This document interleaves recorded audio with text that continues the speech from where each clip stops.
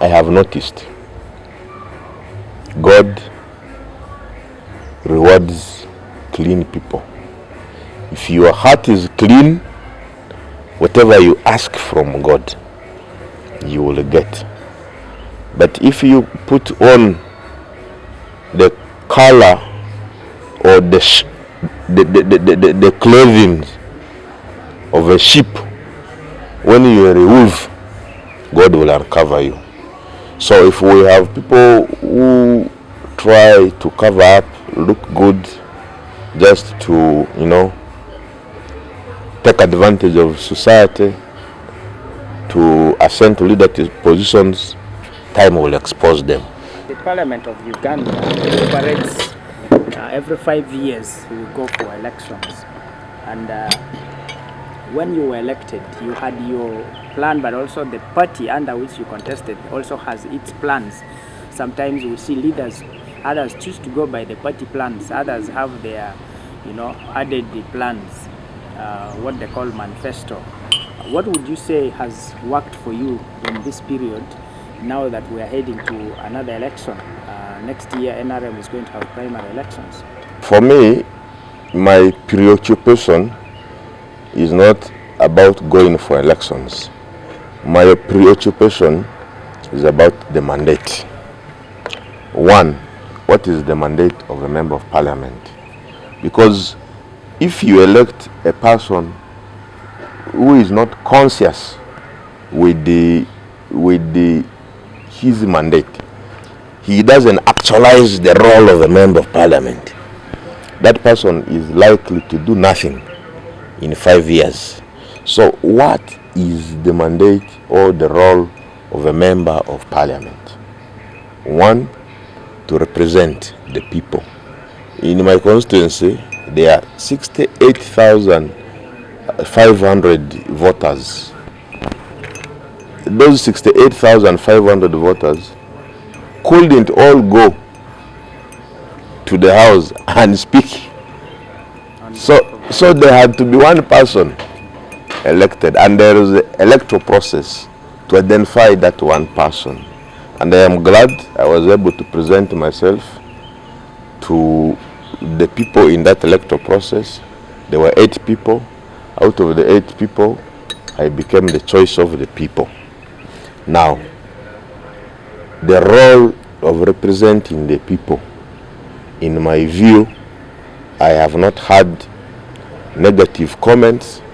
Out of, I think, 100, if I am given an opportunity to rate myself, from many people who have rated me, I think my representation role, I have done it above 75%. 2, the second issue is legislation. You must scrutinize the documents before you endorse it to become a law. Because the draft process of the legislation involves technical people drafting for you this, drafting for your consideration. I have participated in the legislative role, and I think as a first timer in that parliament, the progress I have made in legislation is very remarkable. I have been able to let many members of parliament to know that there is Honorable Feta, who comes from Arua, is a member of parliament, 5 Division East constituency, by talking on the floor, contributing positively about very many issues, guiding and giving opinion in the legislative process. And because of that, the progress and the journey to making an excellent legislator, I see it very smooth. 3, the issue of budgeting and appropriation. Government works through budgets. Institutions work through budgets. I am sure even you, at your home, you make a budget. When the month ends and you are about to receive your pay, you budget a statement of income and a statement of expenditure, you draw it. So we have been able to do that. That's why the budget of Arua City has grown steadily from 20-something billion to 45 billion, and I am sure it is still growing. As part of that budgeting and appropriation, we have been able to appropriate money for different sectors, for the education sector, for health sector, for roads, for all different sectors. In the sector of infrastructure, we have been able to, under roads, we have been able to maintain number of roads under Uganda Road Fund. Under the city, we have been able to maintain a number of roads under the division, the community access roads. We have been able to allocate money for bridges under projects.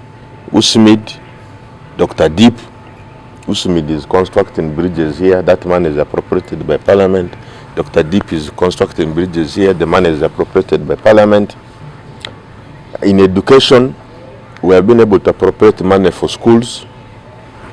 There are a number of rehabilitations, classroom blocks being constructed within the constituency. In the Aroi Primary School, a classroom block has been finished with office block. In Michu Primary School, a classroom block has been finished with the office block. In Ombadereko, in Aliba Primary, there is a seed school nearing completion, Aliba Seed School. The Prime Minister will be there on the 1st of November to visit the progress of government projects in my constituency. Similarly, in the constituency, there are two bridges, one completed under Dr. Deep, another is nearing completion.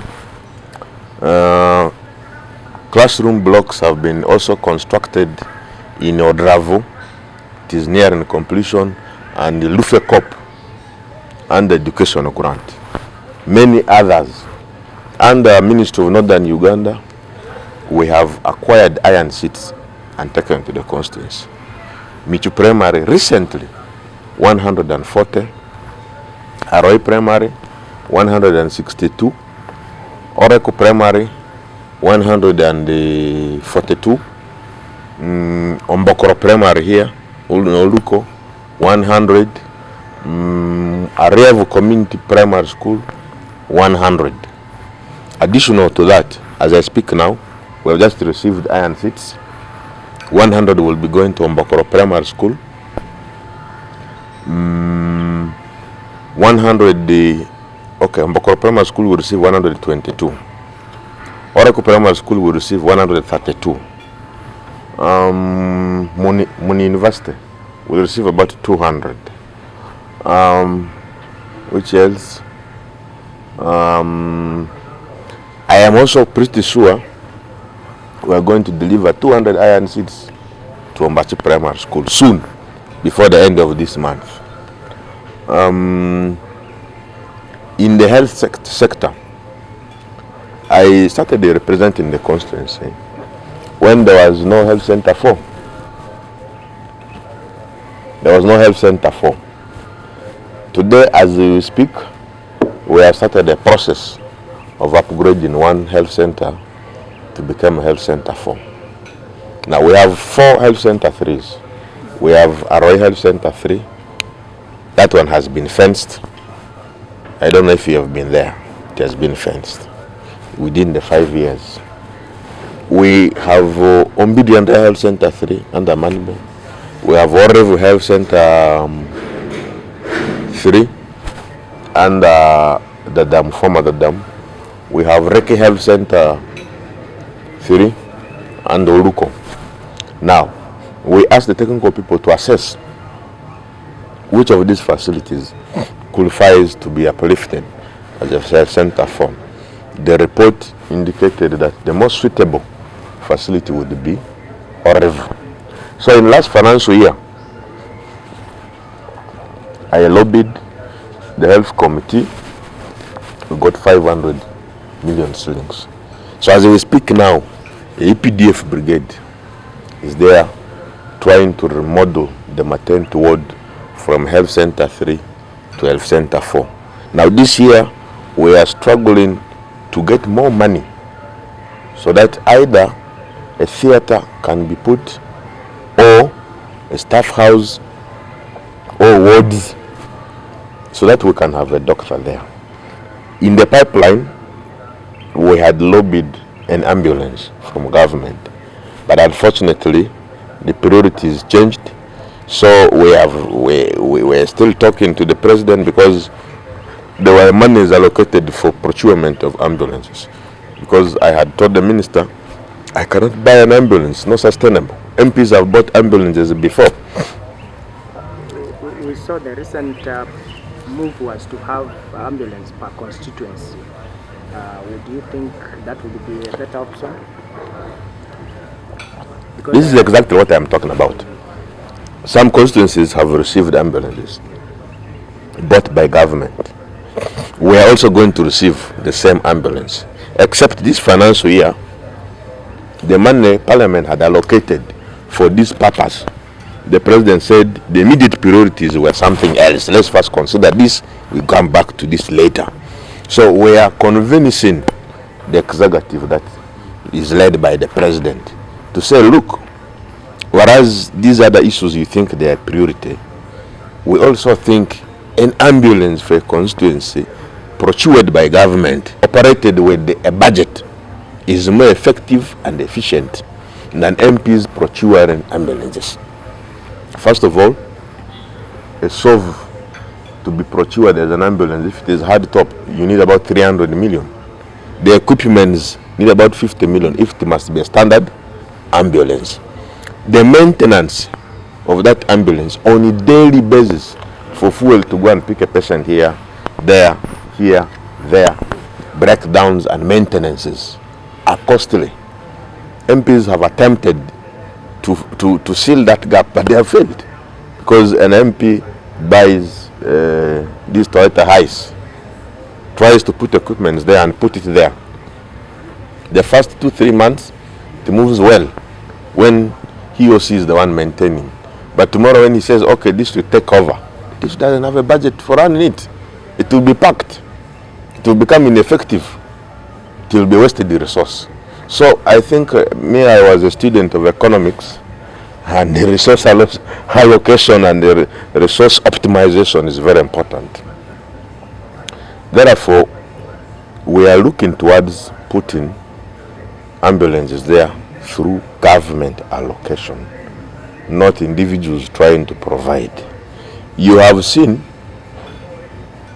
when our colleagues, members of parliament from West Nile, were in leaderships of committees, were able to get some things in the region. You saw when Dr. Yume was the head of a health committee.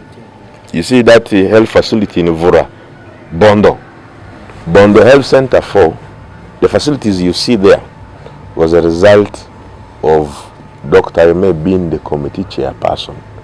Because one, the discussion was between Arua and Nebi, which one is the nearest facility? If you, in the event of an accident, where do you take the patients as an emergency measure?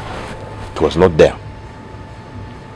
So the district of Arua, when it requested, and Honorable Paparo Lilian, Honorable Adrikos, when they were pushing that they needed that facility to be supported, it was easy for all the MPs to say, what is our priority? If we are going to get only 3 health center force, number 1 should be which one? Everybody said Bondo.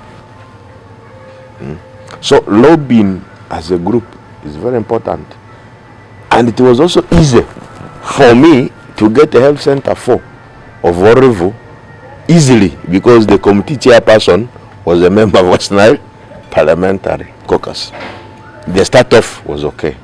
It has kicked off. Eventually we will have it, a full-fledged thing, whether it takes 3, 4, 5, even 10 years, we will arrive at the actual requirement. In education again, the policy that every sub-county should have a government secondary school. Here we have now, in Aroi, we have 2. We have Michu Secondary School, eventually we started initially by the community. now is a government secondary school. We now have Advocacy Secondary School. In Aroi, in Manibe, we have St. Joseph's College on Bachi. In Oluko, we had the Money Girls up here. We didn't have any down because the police provides for one in Pasab County. It was difficult. The only problem was where? The dam. But we didn't have land. Now, through lobbying, there is a Luvu primary school. And that church, the Anglican church there, gave us 5 acres of land. The documentation is complete. The title is there. Now we have a seed school in pipeline to be constructed there. That one, I am very sure, before the end of the 5 years, we'll have that seed school. The groundbreaking would have been done. In health again, we received the beds. We distributed in all the health centers. We received a grant from an NGO. We rehabilitated the Oreko Health Center too. We have maintained most of the community access roads. We have maintained most of the feeder roads that were initially managed by the district with very little money. The 1 billion rehabilitation fund, you have seen how Ochiba Road was. It was very bad, but yes, it was very bad, but now you have seen what is taking place there. We have put there about 330 million, but it needs more for it to be effectively motorable. If you go to Manibe, there is a road between Oraku Primary School and the airfield. For close to 25 years, the road had collapsed. Last year, we were able to reopen that road, and the stretch is more than 15 meters. After about 25 years, that road was opened last year. So I think we are slowly but surely trying to identify the most immediate problems, devising the solutions and the approaches to it. Now, the issue of us going towards elections. Maybe before we go to the issue of going for elections, there are people who believe, and MPs, yes, we know the mandate, the roles of MPs. There are people who always think that a member of parliament should come to, our group and support us through circles or provide for us this. Besides their, that's where our politics has actually shifted. Monetization of politics, but also supporting certain groups or MPs doing certain things extra. Have you seen this a challenge for you? Because we see people talk about it a lot. First of all, really, that is that corporate social responsibility now, unfortunately, is the measure of whether an MP is working or not. Unfortunately, it is the measure whether all the other issues I've talked about, nobody will appreciate it if you don't attend burials, if you don't attend fundraisings of the church, fundraisings of borders, fundraisings of circle groups, fundraisings of women groups. The list of fundraisings is endless. You arrive here on even birthdays. They invite you. Now we are coming to third term. All the private schools will be inviting the MPs, and the primary thing is fundraising. They invite you as a guest of honor, and then they present before you a project of 100 million. It has been there too much, but we have tried to do what we can. We have tried to do what we can. I don't know if there is a day where I have not spent 300,000 on condolences, funerals, because I realized that the community is desperate. There are politicians who go there and give 10,000 shillings, and they want their name to be announced by force. Initially, I was given a condolence contribution of 200,000 shillings. In a day, you get about 6 funerals. So it became difficult to sustain it that way, because I thought I wanted to make a decent contribution for everybody. It became difficult. there is a day there are 10 funerals, and because they know that you give, they always will notify you. So I have been trying my level best to ensure if I am not there, I send my political assistants, my coordinators to make contributions on my behalf in almost every funeral. But the only thing is you can never finish the funerals. There are too many. That's one. Two, fundraisings. Somebody told me that my name is on the radio 24/7, announced as guest of honor for fundraisings. 24/7, these radios. This church, that group, this group, this group, this group. They invite you. I have tried to make the contributions for those fundraisings. I have tried to contribute 500,000, 1 million shillings, sometimes 300,000 when there are too many. But there are also those individuals, they behave like extortionists. They want you to give them money without the public knowing. And if you don't give them money, they begin to campaign you. You are strong. Yes, they are there, many. I know them, but yes, I can give them money, but I don't use them for campaigns because these are just people who make politics difficult. They are people who don't, first of all, they don't have the interest of the public. They don't have interest of society. They are just extortionists. They are there. You must devise a mechanism of dealing with them. However, a legacy is built. When I went to look for votes, many of the places where I went, it was my father's legacy selling me. In others, it was my stepmother's legacy selling me. Where my stepmother was constructing wells, the community would say, we are rewarding you because your mother did this for us. We are rewarding you because your father did this for you. And many churches I went to, because before politics, I had the passion of community development and making contributions to church, because I saw many of our Christians are really poor. So there are churches where I made the contributions of 50 iron sheets to roof a house, where I made the contributions of 50 bags of cement to build a church. When it came to campaigns, in those places I did not campaign. I would go and talk, they say, but why are you talking? You have been able to do for us this. We're going to vote for you. Our votes here are for you. You come back, work for the next one. So in many places, I got votes because of past records, not what I would do for them. So immediately after the elections, I have been embarking on touching every community through institutions.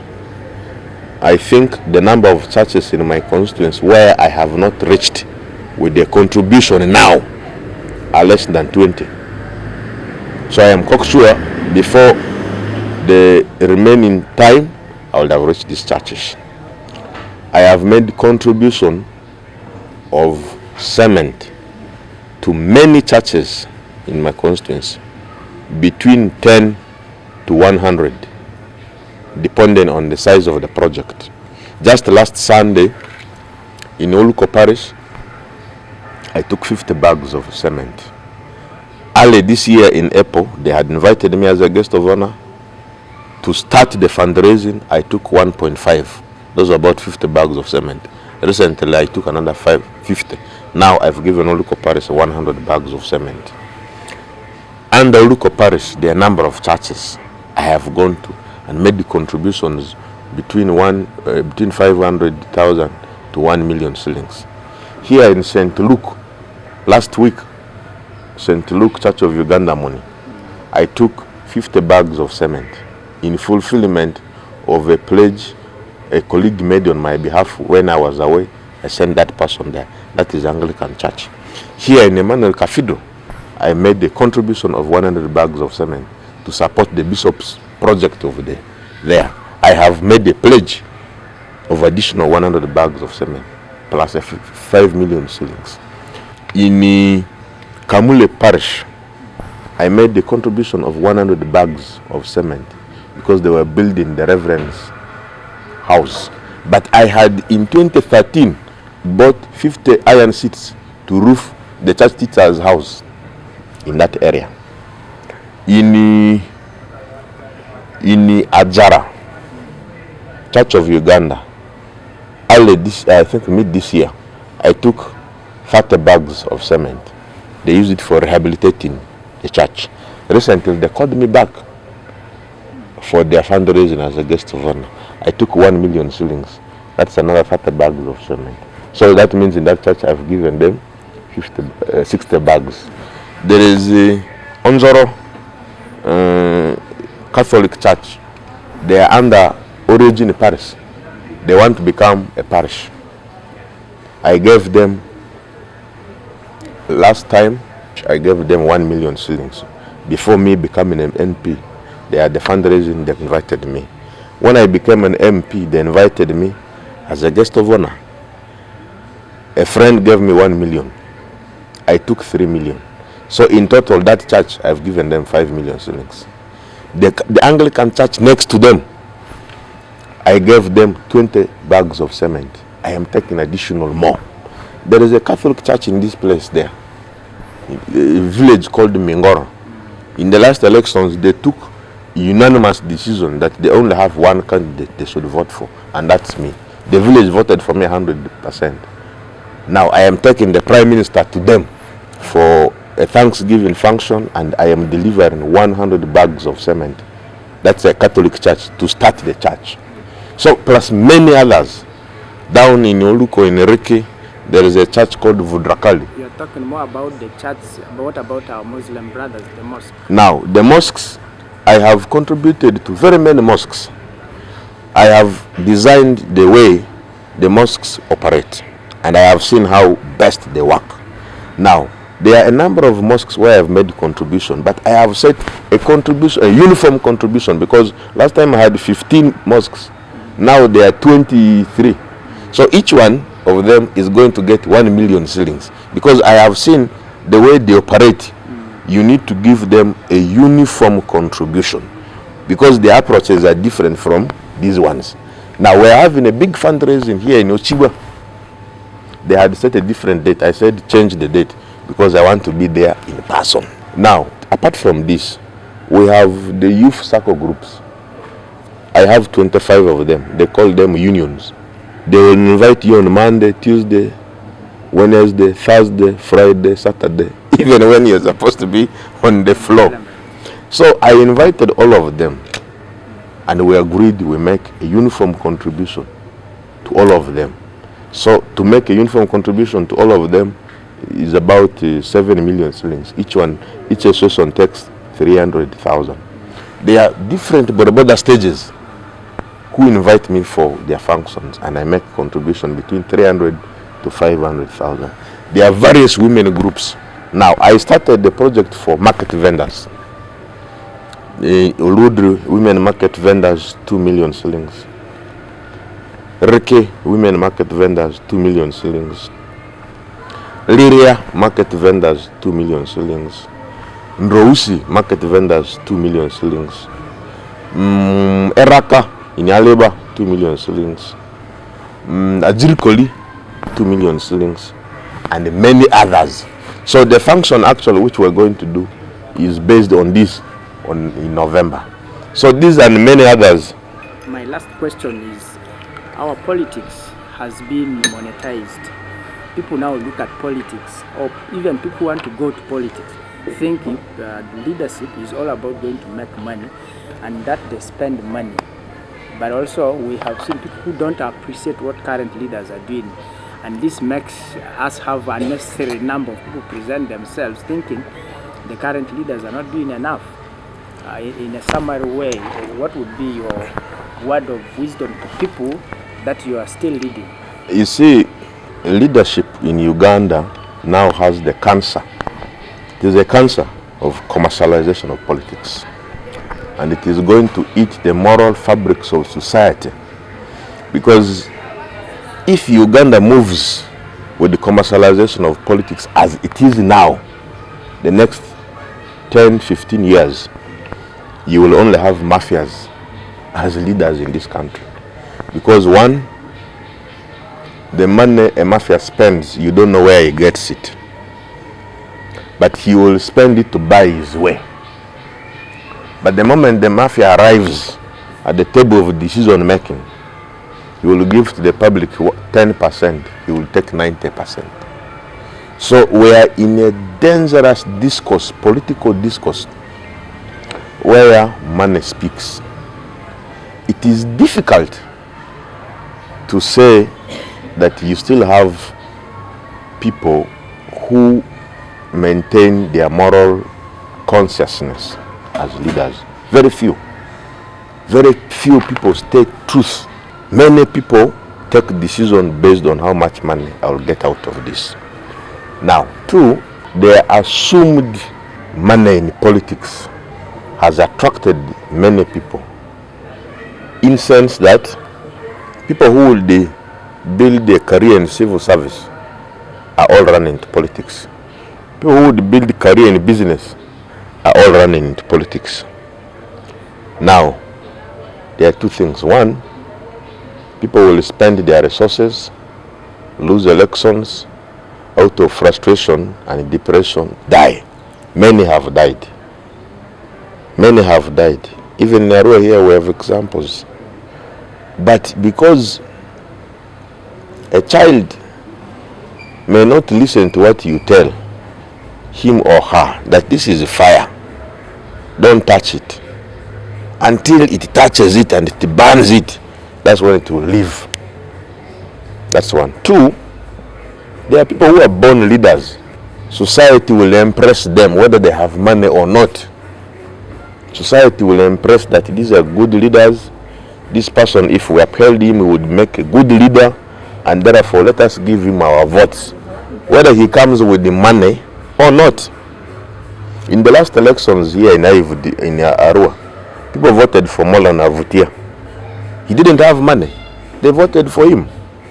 In 2016, when he was contesting as a LC3 in Pajulu, I remember seeing how he was struggling with the resources, but he would go there and speak, people would vote for him. In the last elections where I was campaigning, there are people who would tell me, you have spoken my heart. I'm going to give you my votes. I don't need your money. So those leaders designed by God will maneuver through this crisis of monetarization of politics. They will rise above the challenge. But those who are attracted to politics because of the suspected returns, many of them will not arrive. The storm will hit them, they will go down. But I have noticed God rewards clean people. If your heart is clean, whatever you ask from God, you will get. But if you put on the color or the clothing of a sheep, when you are a wolf, God will uncover you. So if we have people who try to cover up, look good, just to, take advantage of society, to ascend to leadership positions, time will expose them. So I want to appeal to our people that for development to be realized, we need time. For development to be realized, we need conscious leaders. For development to be realized, we need the resources. Society is not static. Society is bound to change. But the people we put as our resource managers, as our leaders, we should carefully scrutinize them, probe their character, probe their records, probe their associates, before you take a decision to entrust them with the leadership. For us, we are servants. We come, present ourselves. This is what I intend to do for you. Vote for me. Last time they voted for me. Tomorrow, I will go and say, in the last 4 years I've been in the office, I have done this, and that. Therefore, I am coming to seek your mandate again because I want to go and do this and that. It is not about me. If the people say yes, we will carry on with the things we have been doing the last 3-4 years. If the people say no, you have not served our expectation, I will peacefully give way to the next person to do, because it is not a tug of war. For me, I think it is a service delivery. It is something I should not take it personal. I have seen people who have started campaigning across West Nile, even in Acholi, across the country. But in my view, it is too early, because I have seen in many constituencies people who started with a lot of vigor, moving up and down.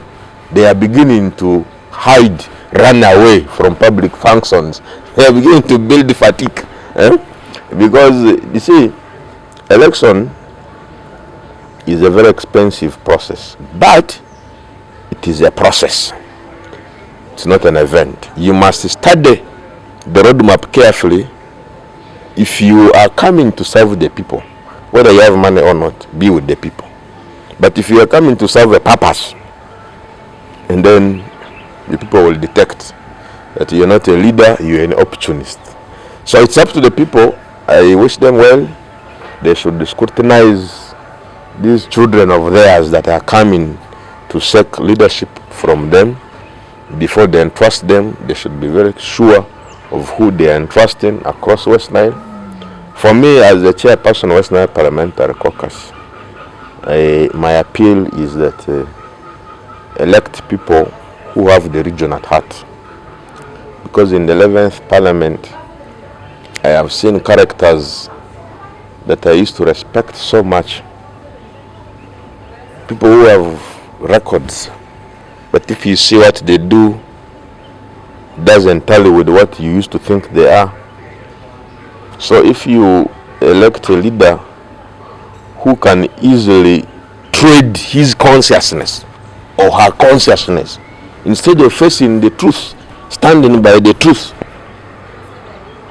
what comes out of his mouth is not what you used to think he is. People trade in their consciousness. It is this commercialization that makes people trade their consciousness. Somebody begins to tell you this is not black, but you are seeing black. But this is a man who also used to know that this is a black, but now begins to tell you it is a blue. Is he normal? You see him, yes, he's facing, he says it's a blue. And he goes to the other table, he says it is now black. Here he's telling you it's blue. People who change the shift goalposts, their consciousness is not clear. Their consciousness is according to what you're able to offer them. The truth is like a gold. If you put, assuming this was gold, if you put this into acid, it will come out as it was. The purity of gold cannot be reduced. The truth is like that. The truth, regardless of time, is the truth. So elect leaders who can stand for this region fearlessly, who can speak to the powers that be fearlessly, raise the plight of the region to the powers that be, leaders who can unite with the other people, leaders who are not selfish. Because we have seen individuals, because of their personal selfish interest, they abandon the unity of our groups. They do opposite things because they want to satisfy their individual interests. So it's up to the public to judge, to identify, to decide. Thank you so much for your time. Thank you. Appreciate it. Thank you. Thank you. Thank you. Yes.